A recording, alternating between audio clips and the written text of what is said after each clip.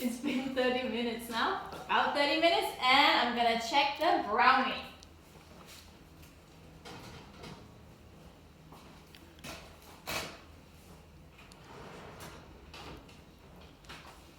So I have a cake tester ready. And just put it in the middle here. Hard to see, but you want there to be some cake mixture on it when you take it out. I'll just show you guys again.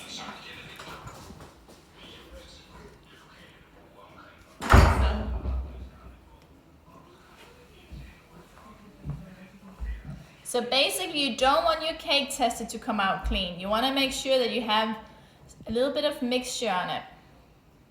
So this was 30 minutes in my oven at 160 degrees. All our ovens are going to be different. Even my 4 ovens are a little bit different. So just make sure that you test them.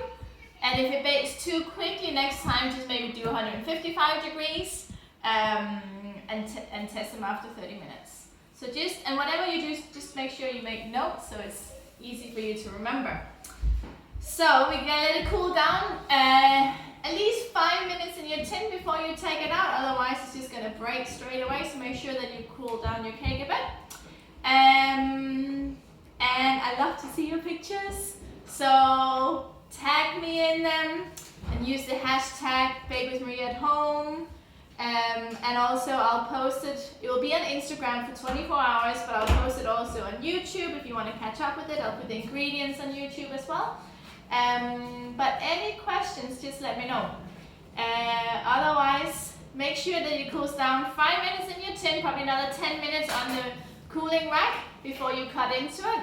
And I promise it's going to be delicious. And hopefully it will look a bit shiny like mine. That's what happens when you touch a hot tin, Marshall. Don't touch the hot tin. Don't break my cake. We have some questions. Yes, questions. I forgot the salt. Oh, sprinkle some coarse sea salt on top. And if it comes out clean, completely? Everything, eat it while it's still warm, will still be delicious. But lower your oven temperature next time, because it sounds like your oven might be baking a bit hot. I think that's everybody. So always check whatever you're baking 5 minutes before the time says. Just because no one will be able to write a recipe that's going to work for everyone's ovens. So just check 5 minutes before. There should be a little bit of batter on it. Yeah. Oh, one more question. Yep. Mine is not as shiny. Oh, did you do a lot of whisking? Question? Otherwise, next time you're gonna keep whisking. Just because I can't see you doesn't mean I really can't see you. You need to keep whisking because we want it to be nice and shiny. Imagine me next to you in the kitchen. Creepy, I know.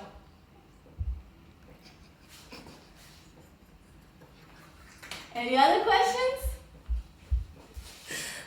I think we're good. That's it.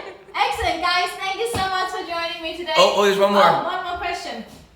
I have a cracked surface. Oh, that's good. Is it That looks okay? nice. That's perfect. Mine is cracking too. So what's going to happen, you'll see as it cools down, it's going to collapse a bit, your cake, and it will start cracking, but that looks really nice. So don't worry about it. Also, in the comments below, is there going to be comments on this? Or in comments somewhere on the Instagram, put your ideas and thoughts for what we're going to bake next weekend. I love to hear that. And then we'll do something nice. I have had a few questions for bread. The only thing I worry about is that we're all going to struggle a bit finding strong flour, which is why I'm sticking to cakes for now.